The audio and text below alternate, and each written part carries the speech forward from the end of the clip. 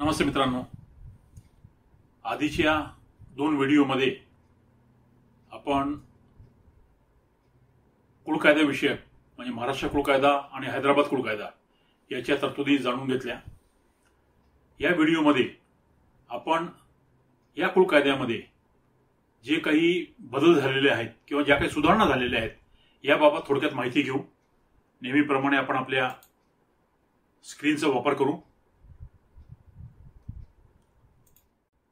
पहिली जी सुधारणा झालेली आहे ती महाराष्ट्र कुळ वैवाट शेतजमीन अधिनियम 1948 च्या कलम 63 आणि 84 क यामध्ये सुधारणा झालेली आहे।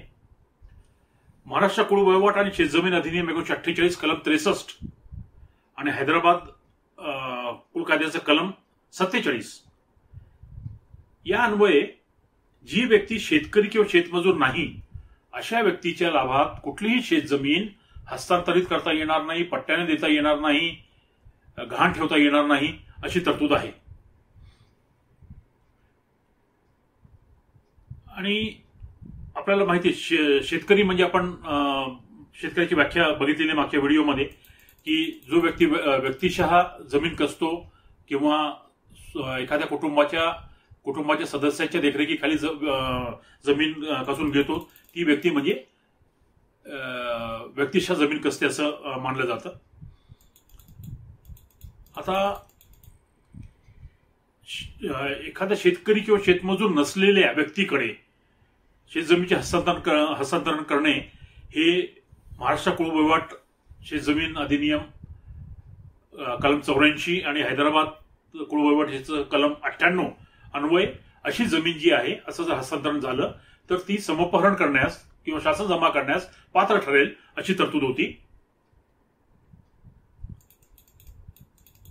आता महाराष्ट्र शासनाने एक राजपत्र काढलेलं आहे दिनांक 1 जानेवारी 2016 या अन्वये त्यांनी असं सांगितलं की असं झालेलं जे हस्तांतरण आहे शेतकऱ्याकडून बिगर शेतकऱ्याकडे अशी जी जमीन आहे ती महानगरपालिका किंवा नगर परिषद सीमांमध्ये स्थित असेल किंवा महाराष्ट्र प्रादेशिक नियोजन व नगररचना अधिनियम 1966 च्या तरतुदीन्वये त्या वेळी अंमलात असलेल्या इतर कोणत्याही कायद्यान्वये नियुक्त किंवा घटित केलेल्या विशेष नियोजन प्राधिकरणाच्या किंवा नवीन नगर विकास प्राधिकरणाच्या इतर कोणत्याही कायद्यान्वये तयार केलेल्या प्रारूप किंवा अंतिम प्रादेशिक योजनेमध्ये किंवा नगररचना परियोजनेतील निवासी, वाणिज्यिक, औद्योगिक किंवा इतर कोणत्याही अकृषिक कारणासाठी नेमून दिलेल्या कोणत्याही जमिनीला लागू होणार नाही अशी ही तरतूद करण्यात आलेली आहे।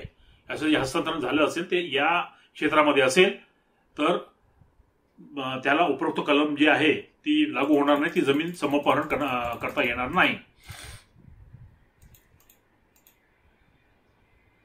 आता शासनाने 7 मे 2016 रोजी एक राजपत्र प्रसिद्ध करून महाराष्ट्र कुळ वैवाट जो कायदा आहे हैदराबाद आणि विदर्भ प्रदेश याचे जे कुळ वैवाट कायदे आहे त्याच्यात दुसरी सुधारणा अधिनियम 2016 असा एक प्रसिद्ध केलेला आहे। त्यानुसार दिनांक 7 मे 2016 नंतर किंवा त्यापूर्वी महाराष्ट्र कुळ वैवाट कायद्यामधील कलम 84 क, हैदराबाद कुळ वैवाट कायद्यामधील कलम 98 अन्वय कारवाई करून कोणताही आदेश काढण्यात आला नसेल आणि उपरोक्त कलमांचा भंग करून झालेल्या व्यवहारातील जमिनीचे क्षेत्र महाराष्ट्र जमीन धारण्याची कमाल मर्यादा अधिनियम 1961 म्हणजे सेलिंग कायदा अन्वय अनुज्ञेय असलेल्या कमाल क्षेत्राहून अधिक होत नसेल तर तसेच हस्तांतरित झालेली जमीन ही केवळ शेती प्रयोजनासाठी वापरण्यात येत असेल तर चालू बाजारभावाच्या म्हणजे रेडी रेकनरच्या 50% रक्कम भरून असा व्यवहार नियमित करता येईल। आणि शेतीशिवाय इतर वापर त्याचा जर होत असेल की शेतीविषयक प्रयोजनाव्यतिरिक्त अन्य कोणत्याही प्रयोजनासाठी वापर करण्यात येत असेल तर रेडी रेकनरच्या 75% रक्कम जी आहे ती संबंधिताला भरावी लागेल। आणि अशी रक्कम भरल्यानंतर झालेला जो व्यवहार आहे म्हणजे शेतकऱ्यांनी बिगर शेतकऱ्याला जमीन विकणे असा व्यवहार जर असेल तर तो नियमानुकूल करण्यात येईल किंवा विधी ग्राह्य घोषित करण्यात येईल। आपण या तरतुदीचा जर वापर केला तर आपल्याला मोठ्या प्रमाणामध्ये महसूल प्राप्त होईल. त्यामुळे मुद्दाम ही जी तरतूद आहे ही आपल्याला निदर्शनास आणून दिली. पुढची जी तरतूद केलेली आहे ती महाराष्ट्र कुळ कायदा जो आहे त्या कलम 43 मध्ये किंवा हैदराबादच्या 50B मध्ये आणि विदर्भ प्रदेशच्या कलम 57 मध्ये हे जी कलम आहेत ती कुळाला जेव्हा आपण त्याचं मालकीचं प्रमाणपत्र देतो तेव्हा त्याला ती जमीन विकता येत नाही, ती प्रतिबंधित सत्ता प्रकाराने देतो आणि त्याच्यावर प्रतिबंध असतो की माननीय जिल्हाधिकारी यांच्या परवानगीशिवाय तो ही जमीन विकणार नाही.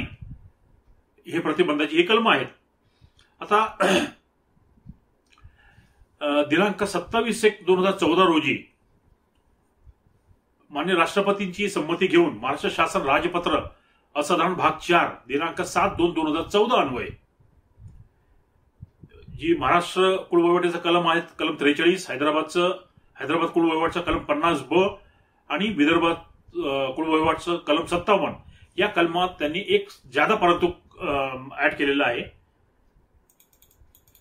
त्याचा सर्वसाधारण मतितार्थ असा आहे की एखाद्या कुळाला मालक म्हणून ठरवलं गेलं आहे, त्याला पर्टिक्युलर म्हणजे 32M किंवा 38E सर्टिफिकेट दिलेलं आहे, तर असं प्रमाणपत्र देऊन त्याला जर 10 वर्षापेक्षा जास्त काळ लोटला असेल याच्यासाठी जे सर्टिफिकेट दिलेलं आहे मालकीचं सर्टिफिकेट त्याचा दिनांक बघावा लागेल. त्या दिनांकानंतर 10 वर्षापेक्षा जास्त काळ जर लोटला असेल तर असा कुळ जो मालक झालेला आहे तो आकारणीच्या 40 पट, आकारणीच्या इथं रेडी रेकनचा संबंध नाही, आकारणीच्या त्या जमिनीची जी आकारणी आहे, महसूल आकारणी आहे त्याच्या 40 पट रक्कम शासन तिजोरीत भरून ही जमीन या बंधनापासून मुक्त करू शकतो असा याचा मतितार्थ आहे.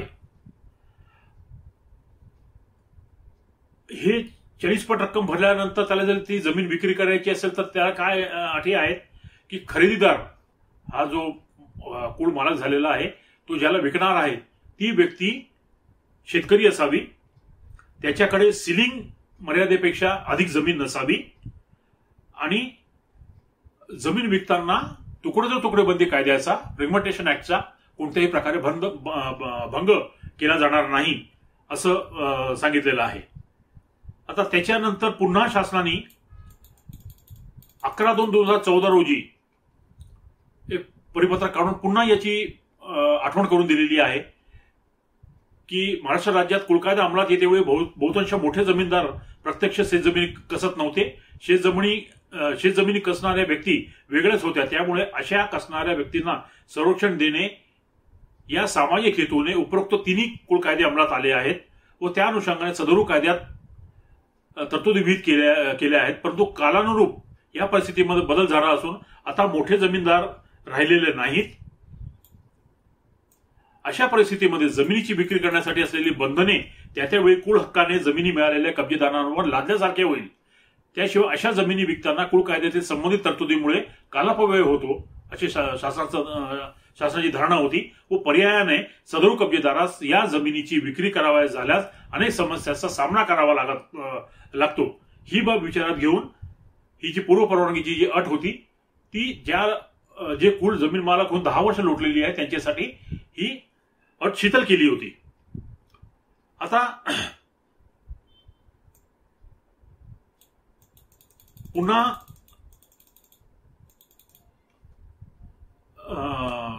हा जो अधिनियम आहे हा अधिनियम अंमलात येऊन त्यांचं म्हणणं जवळपास 5 दशकापेक्षा जास्त कालावधी झाला आहे. कुळ कायद्यातील विक्री परवानगीची प्रचलित प्रक्रिया सुलभ व्हावी व संबंधित खातेदारांना त्यांच्या जमिनीचे खरेदी विक्री व्यवहार अधिक विलंब न लागता पूर्ण करण्यात यावे या उद्देशाने जिल्हाधिकारी यांच्या पूर्व परवानगीची अट शिथिल करण्याचे विधेयक सन 2012 जसं आपल्याला आता सांगितलंय 40 पट रक्कम च्या पावसाळी अधिवेशन समयी दोन्ही सभागृहांसमोर मांडण्यात आले. त्या अनुषंगाने उपरोक्त अधिनियमातील तरतुदीनुसार ज्या जमिनी कुळ कायद्यातील तरतुदीनुसार कुळ हक्क मान्य होऊन कुळांनी खरेदी केलेल्या आहेत अशा खरेदीच्या तारखेपासून 10 वर्ष पूर्ण झालेल्या जमिनी खरेदी विक्री देणगी अदलाबदल गहाण ठेवणे ती पट्ट्याने देणे, अभिहस्तांतरण करणे याकरिता जिल्हाधिकारी यांच्या पूर्व परवानगीची आवश्यकता राहणार नाही, अशी ती जी सुधारणा मी आपल्याला सांगितली 40 पट रक्कम भरून घेण्याची, ही करण्यात आली. त्याच्यानंतर पुन्हा शासनाने 7/5/2014 रोजी एक परिपत्रक काढलंय. त्याच्यात त्यांनी सांगितलेलं आहे की असा जो जमीन मालक आहे, म्हणजे कुळ जो जमीन मालक झालेला आहे, तो जर ही 40 पट रक्कम भरायला तयार असेल तर तो तहसीलदार कार्यालयात एक अर्ज करेल. त्यावेळी तहसीलदार यांच्याकडून जमा रकमांचे विहित लेखाशीर्ष नमूद असलेले विक्री करावयाच्या जमिनीच्या आकाराच्या 40 पट रकमेचे चलन 2 दिवसात, म्हणजे त्याचा अर्ज सादर झाल्यानंतर 2 दिवसाच्या आत तहसीलदारने त्याला ते चलन उपलब्ध करून देणं बंधनकारक आहे. आणि ही रक्कम भरल्यानंतर खरं तर परिपत्रकात असं म्हणलेलं आहे की चलन जरी त्यांनी तलाठ्याला दाखवलं तरी संबंधित तलाठी जो आहे तो त्या संबंधित 7/12 उतार्यावर नजराना भरलेला आहे याची नोंद करेल, अर्थात म्हणजे फेरफार नोंदवेल. आणि अशी जी जमीन आहे, अशा 40 पट रक्कम भरल्यानंतर ही जमीन सगळ्या बंधनांपासून मुक्त होईल. आता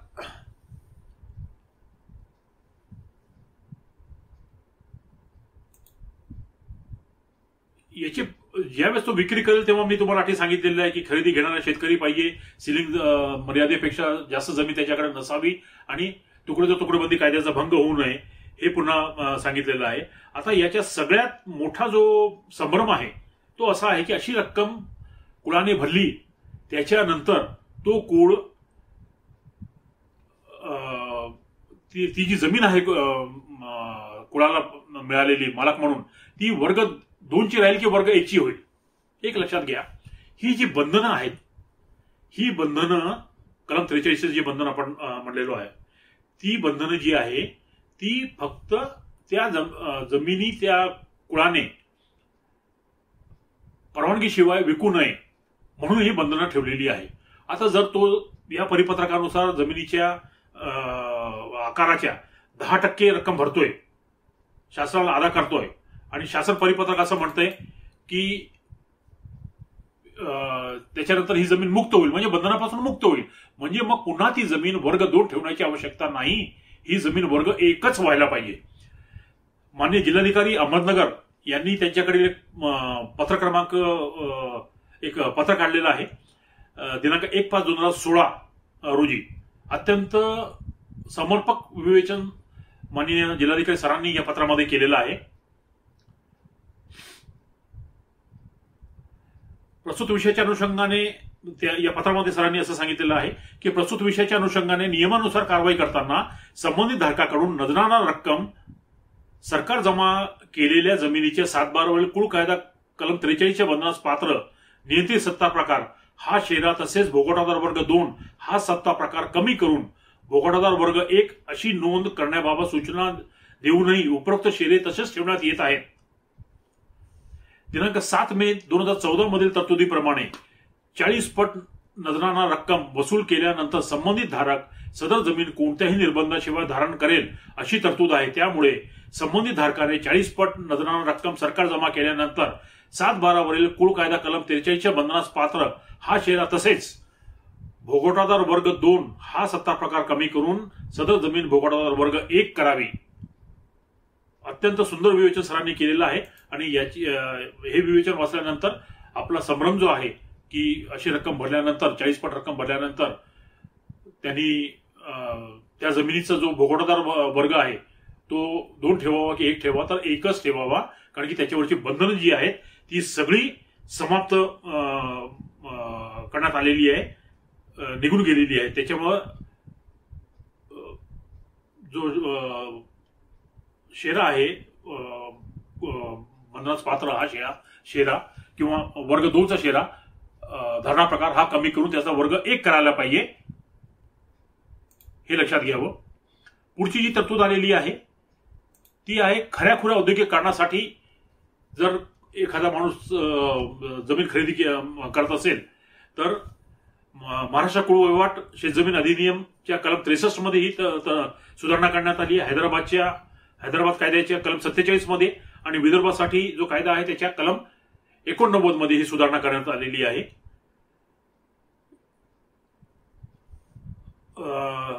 ही जे कलम आपल्याला सांगितलं 47 आणि 89 अन्वये शेतकरी नसलेल्या कोणत्याही व्यक्तीला जिल्हाधिकारी यांच्या पूर्व परवानगीशिवाय शेत जमीन विकत घेता येत नाही.